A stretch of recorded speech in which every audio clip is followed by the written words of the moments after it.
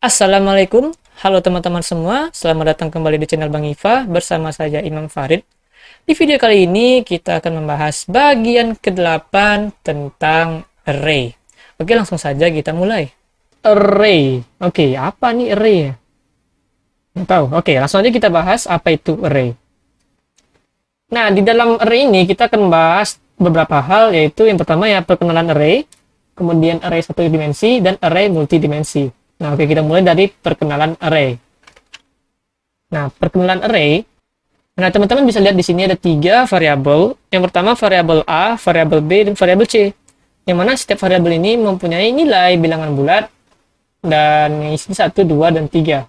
Nah, kalau kita ya gini kan kita bikin variabel secara ya biasa ya gitu. Nah, kalau pakai array itu seperti ini. Integer kurung kurung siku array sama dengan kurung kurawal 1, 2, 3. Nah, jadi kita bisa mempersingkat yang ini menjadi seperti ini. Nah, gitu. Jadi kita bisa nyimpan datanya itu lebih mudah, tidak harus seperti ini. Nah, jadi array itu merupakan sekumpulan tempat penyimpanan data yang bertipe sama dan bernama sama gitu. Tapi dia ini memiliki indeks gitu. Jadi kita tuh kalau misalnya ingin mengakses 1, 2, 3 ini kan namanya array nih. Kalau di sini kan namanya A, B, C gitu. Misalnya kita mau akses si A, tinggal panggil si A, atau panggil B, tinggal panggil si B gitu. Cuma kalau di sini, manggilnya pakai indeks, bukan pakai nama variabel. Misalnya array, kita kasih nama indeksnya nanti. Nah, caranya gimana? Nah, maka kita langsung masuk ke bagian array satu dimensi. Nah, array satu dimensi itu gimana sih gitu kan? Nah, jadi array satu dimensi itu merupakan array yang memiliki cuma satu indeks saja. Nah, jadi seperti ini. Misalnya nih, ada sebuah locker misalnya kan, misal 1, 5, 9, 13, 7. Atau sini nih, 10, 7, 3, 2. Nah, jadi indeks array-nya tuh dimulai dari 0. Yang mana indeks 0 isinya adalah 10, indeks 1 isinya adalah 7, indeks 2 isinya adalah 3, indeks 3 isinya adalah 2. Ya, jangan bingung ya, jadi indeks itu dimulai dari 0. Jangan dimulai dari 1. Jadi pas kita pengen bikin array, nah itu sudah otomatis dibuatkan indeks. Jadi sesuai dengan berapa banyak tempat yang bakal kita isi datanya gitu. Kalau misalnya datanya ada 3 berarti indeksnya 0, 1, 2. Tapi kalau datanya ada 4 seperti ini berarti ada 0, 1, 2, 3. Nah, jadi ingat indeks array itu selalu dimulai dari 0. Nah, sekarang gimana sih kalau yang ini nih? Ada locker nih kan 1, 2, 3, 4, 5. Ada 5 locker ya yang berderet. Jadi kira-kira berapa sih indeksnya? Ada berapa banyak nih indeksnya nih? Ya, berarti ada 5 indeks ya, tapi 5 itu dimulai dari 0, maka 0, 1, 2, 3, 4. Nah, jadi kalau misalnya, oh gua mau manggil indeks keempat nih, nah indeks keempat adalah 17, kemudian ada indeks ke-1, ya berarti 5, sedangkan indeks ke-0 ya adalah 1. Nah, jadi cara mendeklarasikan array 1 tuh gimana sih gitu? Nah, caranya itu mudah, buat tipe datanya, terus kurung siku, nama array, sama dengan kemudian new tipe kurung siku kapasitasnya. Contohnya seperti ini. Nah, integer kurung siku nama array-nya ya, array, terus sama dengan new integer kurung siku. Jadi kita memberikan kapasitasnya di sini kalau contohnya 10 ya. Nah, tadi teman-teman bisa bikin terserah, cuman ingat kalau misalnya kapasitasnya 10 berarti indeks paling ujungnya adalah 9. Nah, seperti yang tadi nih. Nah, ini kalau misalnya ada 4 data ya indeks ujungnya 3, bukan 4. Jadi kalau 10 indeksnya 9 paling ujung gitu. Nah, kemudian gimana sih kalau kita inginnya tuh langsung dideklarasikan aja nilainya? Ya bisa. Caranya ya seperti ini, tipe data, kurung siku, nama array sama dengan kurung kurawal buka, bikinlah isinya, value-nya, value 1, value 2, value 3, sampai berapa banyak terserah. Yang pasti ditutup kurung siku lagi, titik koma. Contohnya seperti ini. Nih. int kurung siku array sama dengan kurung kurawal buka 1. Nah, ini ada value-nya 1, value 2, value 3. Dan sebenarnya bisa dikasih koma ya lagi sih untuk namain value lagi gitu kan. Nah, kalau misalnya udah di ujung value tinggal kasih tutup kurawal dan titik koma. Nah, sekarang kita coba aja langsung di program kita. Nah, ini kita program kita yang sebelumnya di bagian perulangan. Kita coba bikin satu lagi sebuah package baru. Namanya array. Kita bikin di sini yang namanya array satu dimensi. Nah, di sini kita buat PSVM. Nah, misalnya kita bikin sebuah array satu dimensi yang mana isi datanya adalah mahasiswa. Oke, berarti nama mahasiswa kita bikin seperti string kurung siku nama mahasiswa sama dengan kurung kurawal Anto Budi Pohenik Phoenix kurung siku. Nah, jadi deh array string yang namanya isinya datanya nama mahasiswa. Terus gimana sih cara manggilnya? Yang mudah. Cara manggilnya dengan menggunakan indeks. Nah, cara manggilnya seperti ini. Berarti nama mahasiswa. Nah, cara manggilnya langsung panggil kurung siku. Nah, ingat indeks array dimulai dari 0. Nah, teman-teman manggil yang mana nih? Misalnya Anto, Budi, atau Phoenix. Kita coba panggil si Budi. Berarti Budi di indeks array yang pertama. Kita bikin di sini berarti 1. Nah, kita coba print. Maka jawabannya adalah Budi. Nah, begitu. Nah, sekarang kalau misalnya kita pakai kapasitas nih. Kapasitas ya. Kita komen dulu sih yang ini. Nah, kapasitas itu caranya nggak usah dihapus sih. Kita kasih komen aja sih yang ini. Kita bikin ini itu array satu dimensi dengan inisialisasi nilai atau value secara langsung. Nah, sekarang kita bikin suatu array lagi yang namanya itu mungkin maaf ya, mungkin kita bikin ya sama sih string juga lah ya. Tapi nama mahasiswa juga. Siswa isinya new in isinya berapa? 10 misalnya. Atau besar kali lah. Oh, salah ya. Maaf. Kok integer sih? Kita bikinnya di sini string ya. Jadi harus new string. Nah, atau kebanyakan ya. Kita bikin data 3 aja sama seperti yang di atas. Nah, sekarang Bang, datanya kan nggak ada nih. Gimana cara kita ngisinya? Nah, kita harus pakai. Nah, makanya kita isi datanya dengan indeks juga. Nah, caranya gimana? Caranya sama. Pertama itu kita bikin nama mahasiswa, pakai kurung siku, terus kita pakai indeks 0, ya dari 0 ya.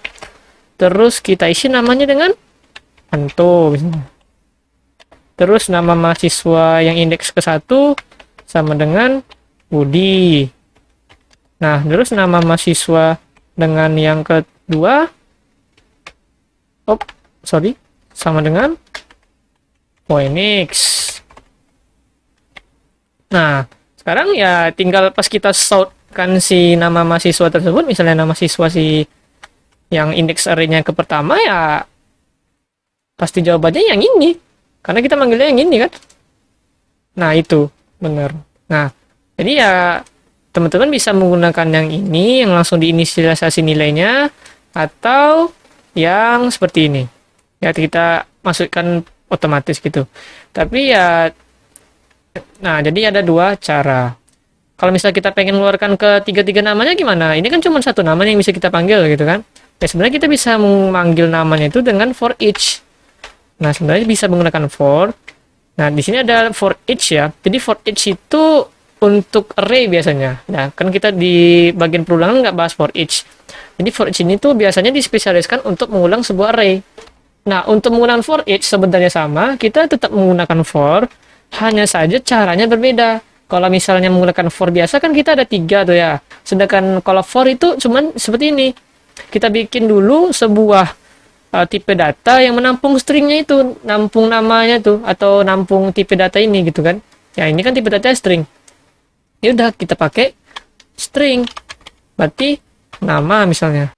Nah, kemudian kita kasih titik 2. Atau kita spasi titik 2 seperti ini. Nah, siapa yang mau kita ulang gitu? Ya, nama mahasiswa. Nah, sekarang baru kita bisa sort statement and nama. Jadi kita nggak perlu pakai indeks di sini. Nah, bedanya yang for each tuh ya gini. Kita nggak perlu pakai indeks.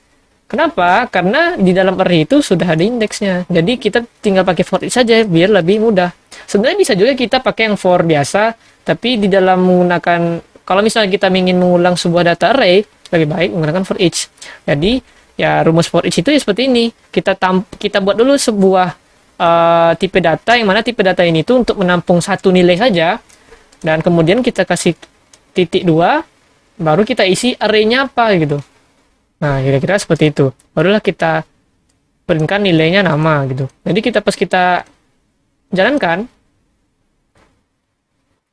nah maka dia memprintkan ketiga nama tersebut gitu, Anto, Budi, dan Phoenix. Nah, jadi mudah kan kalau menggunakan for each. Nah, jadi kalau for each ini disarankan kalau misalnya kita menggunakan perulangan dengan array. Nah, jadi saya tidak membahas for each di perulangan. Kenapa? Karena for each ini ya digunakan sering pas kita berhubungan dengan array, bukan berhubungan dengan ini perulangan biasa gitu. Jadi berbeda. Oke? Oke. Nah, itu untuk array satu dimensi. Nah, kemudian kita membahas bagian array multidimensi. Nah, tadi kan satu dimensi nih, sekarang multidimensi. Nah, array multidimensi itu dia tuh merupakan array yang mana indeksnya lebih dari satu. Nah, kalau array ini biasanya sih kalau array multidimensi ini misalnya gini, ada sebuah array, di dalam array itu ada array lagi gitu.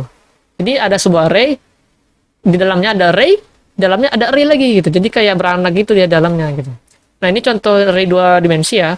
Jadi indeks ke satunya itu ini 0, 1, 2, ini punya indeks ke 1 ya. Terus indeks keduanya yang punya si ini 0, 1, 2. Nah, jadi kalau misalnya kita pengen akses si 1 atau yang di sini yang si 1 angka 1 ini, maka kita harus mengakses si indeks ke 1 dulu. Indeks ke 1 ini letaknya di mana? Di indeks array yang pertama. Oke, dia di baris ini. Kemudian indeks keduanya di bagian mana? Di bagian 2. Berarti di bagian seperti di sini, berarti di bagian ini. Jadi makanya kita dapat nilai 1 ketika kita manggil indeks ke 1 dan kedua. Nah, jadi contoh di atas ini cuma untuk yang 2 dimensi.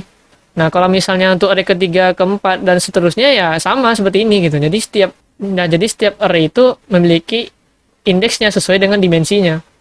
Nah, cara mendeklarasikan array multidimensi, nah pertama kita menggunakan yang kapasitas ya. Kalau untuk menggunakan kapasitas itu mudah. Nah, caranya ya tinggal bikin tipe datanya, terus kurung sikunya ada berapa banyak. Kalau misalnya cuma 2 berarti 2 dimensi, kalau 3 berarti 3 dimensi gitu. Nah, terus nama variabelnya sama dengan new ya, new. Maksudnya nih di sini tuh tipe data yang depan gitu, cuman terbuat integer di sini yang nggak masalah. Kemudian kapasitasnya berapa dan kapasitasnya berapa. Jadi yang di belakang ini tergantung yang di depan kurung sikunya. Kalau kurung sikunya 2, yang di belakang kurung sikunya juga 2. Kalau kurung sikunya 3, belakang juga kurung sikunya harus 3. Nah, contohnya gini. Nah, contoh yang di dalam program seperti ini, teman-teman bisa baca.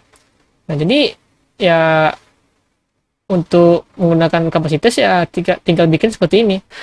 Seperti menggunakan dari satu dimensi, cuman kalau misalnya 2 dimensi kita tinggal tambah kurung sikunya aja sih gitu. Nah, untuk mendeklarasikan array multidimensi langsung dengan nilainya, teman-teman bisa menggunakan cara ini, tipe data terus kurung siku. Jadi tergantung berapa banyak ya, mau dimensi berapa. Kalau 2 ya silakan, misalnya kan tinggal bikin 2 buah aja kurung sikunya. Terus nama array-nya sama dengan, nah kemudian kita bikin kurung kurawal. Nah, kurung kurawal yang pertama ini kita menandakan kalau dia adalah array. Nah, kemudian di dalam kurung kurawal ini kita bikin lagi kurung kurawal berapa banyak gitu kan. Nah, barulah kita isi value dalam kurung kurawal tadi. Nah, tetapi indeks yang ke-1 itu mulainya yang nolnya itu dari yang kurung kurawal yang pertama ini, yang dari yang pembuka ini sampai ini. Buka ini sampai ini. Nah, sedangkan yang indeks keduanya itu baru yang value 1, value 2-nya. Jadi kalau di dalam ini bisa dibilang, kalau misalnya kita lihat di sebelumnya itu, di indeks ke-1-nya ini, nah ini nilainya itu yang ini. Nah, jadi kalau di dalam ini gimana? Berarti nilainya untuk si indeks yang ke-1 itu isinya itu adalah yang kurung kurawal ini sampai kurawal ini. Jadi yang kurawal ini, nah ini tuh indeks ke 0. Nah, ini juga yang kurawal ini, yang koma ini yang ke-1, terus koma lagi, kurawal lagi, 2. Nah, kemudian untuk indeks keduanya yang mana? Indeks kedua itu yang ini, dan yang ini ya. Nah, jadi kalau misalnya kita mau ngambil angka 2 nih, Nah, jadi indeks ke satu ini istilahnya sih kalau di matriksnya ini kan kalau ini X, ini adalah Y. Jadi di sini tuh nilainya adalah 0,0, 1,0, 2,0, kemudian ini adalah 0,1, ini 0,2, ini 1,1, ini 1,2, ini 2,1, dan ini 2,2. Nah, jadi kalau kita ketika kita lihat di sini, kalau yang 0 dan 1 dan 2 ini posisinya itu seperti ini gitu. Nah, kemudian untuk yang Y-nya, nah, yang 0,0 kan ya berarti kan posisinya di bagian yang ini. Nah, kalau bisa dibilang untuk yang kurawal ini adalah yang X-nya, ini yang X, dan yang nilai dalam ini, ini adalah Y-nya. Nah, seperti itu. Jadi ketika kita ingin mengeksekusi, atau bukan mengeksekusi, kita ingin memanggil data array itu yang misalnya nilainya yang di indeks 1,2 nih misalnya kan. 1,2 yang ini. Berarti dia kan angka 1 ya. Berarti kan kita cek di sini kan 1, kecoretnya jelek kali. Nah, 1,2. Berarti 1,2 di mana? Kita tengok ini kurawal yang pertama ini adalah yang 0, X ke 0-nya. Indeks ke 0, kurawal ini adalah yang indeks 1 yang nilainya indeks pertama, dan ini adalah array 1 dengan indeks yang ke-2. Nah, jadi kita kan mau ngambil nilai yang ke-1 nih, jadi berarti dia ada di array ke-1 nih. Nah, ini kan array 1, ini array 1 juga di indeks ke-1. Nih, ya dapat kita ambil ini. Sekarang nih yang array 2-nya, nah ini array 2-nya itu berarti ini adalah indeks 0, indeks 1, indeks 2. Nah, yang ini nih array 2. Nah, yang ini, yang kurawal ini array 1-nya. Nah, jadi pas kita mau eksekusi si 1, kita tinggal panggil seperti 1,2. Nah, maka kita dapat angka 1-nya. Nah, kira-kira seperti itu. Nah, jadi kalau misalnya kita coba di program kita coba dulu yang berisi nilai value. Nah, kita isi dengan angka ini ya, yang matriks ini. Jadi caranya itu int ya, karena nilainya integer, berarti kita bikin, dan karena dia 2 dimensi, kita bikin seperti ini, terus array aja gitu kan. Kita langsung kurawal. Nah, jadi yang kurawal yang pertama ini menandakan kalau kita ngisi value dalamnya. Nah, kemudian kita isilah indeksnya mau berapa nih untuk yang array 1 misalnya. Ada 1, 2, 3. Karena di sini ada 3 ya. 0, 1, 2. Tapi tetap indeksnya dari 0. Yang ini 0, yang ini 1, yang ini 2. Nah, kemudian kita isi nih di dalamnya. Rupanya dia dalam ini ada array lagi gitu kan. Isinya barulah kita isi dengan ini. 1073. Kenapa 1073? Karena posisinya ini kan sekarang kan di indeks array 1 yang indeks ke 0 nih. Jadi 0, 0, 0. Nah, kemudian kita isi dengan 1073 karena dia mulainya 0, 1, 2. Yang untuk array 2-nya. Berarti ini array 2, array 2, array 2. Oh, array 2 ini ya. Jadi dengan indeks 0, 1, 2. Nah, jadi yang sebelahnya sama. Berarti ini array 1 yang indeks ke 1 dengan isi 4, 2, 1. Berarti 4, 2, 1. Nah, sama sebelahnya. 5, 8, 9. 8, 9. Nah, jadi dengan demikian ketika kita ingin memanggil si angka 1, kita harus memanggil dengan indeks ke 1,2. Nah, kita coba shout. Oke, di sini saya lupa bikin PSVM.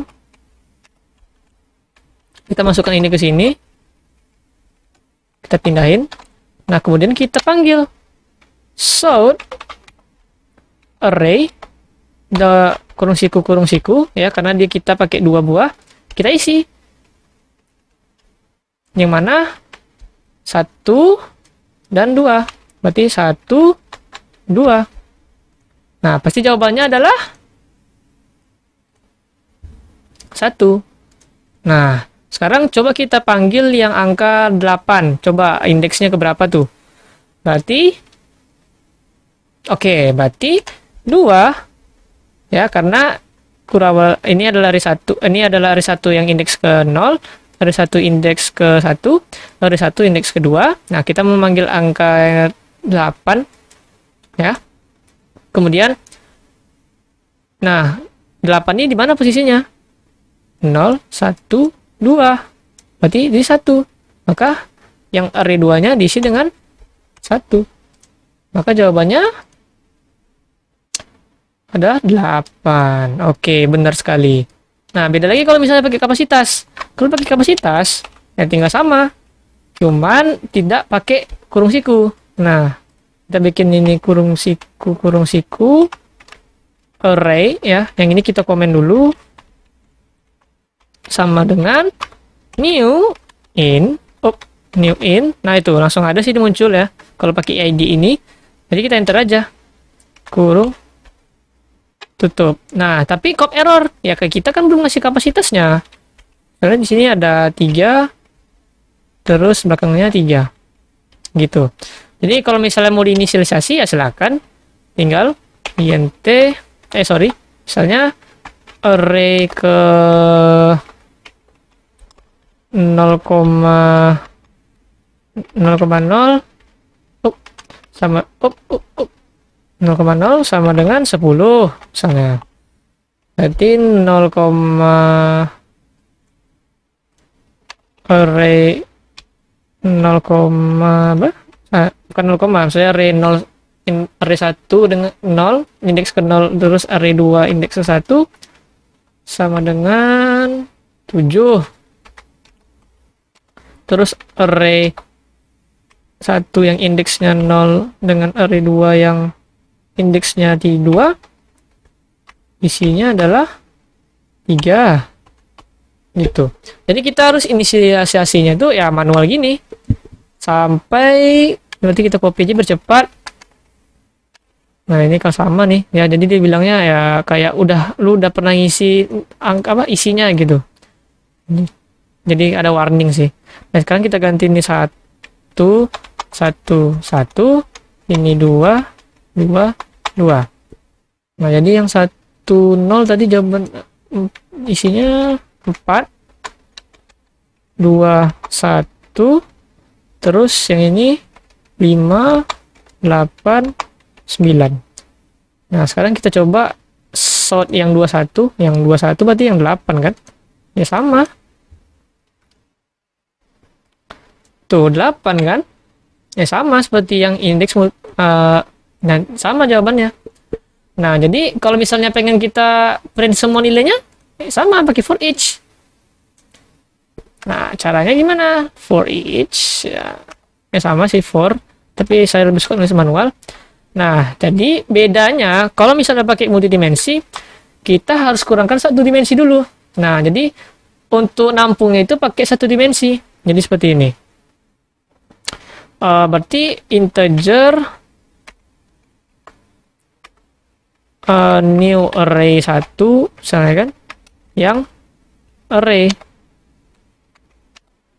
Nah, terus kita bikin new array 1 ini, kita sort new array 1. Nah, apa yang terjadi kalau kita bikin seperti ini? Jawabannya adalah seperti ini. Nah, ini sebenarnya isi memori kita. Kita belum bisa ngeprint dalamnya nih. Kenapa? Karena kita ngeprint sebuah array. Ya. Bukan ngeprint isi dari array tersebut. Kita hanya cuma ngeprint di mana sih posisi array itu di memori gitu. Ya, di sini. Nah, jadi caranya itu belum selesai nih. Kita harus for each sekali lagi. Baru bisa. For, barulah kita bikin integer biasa, new array 2.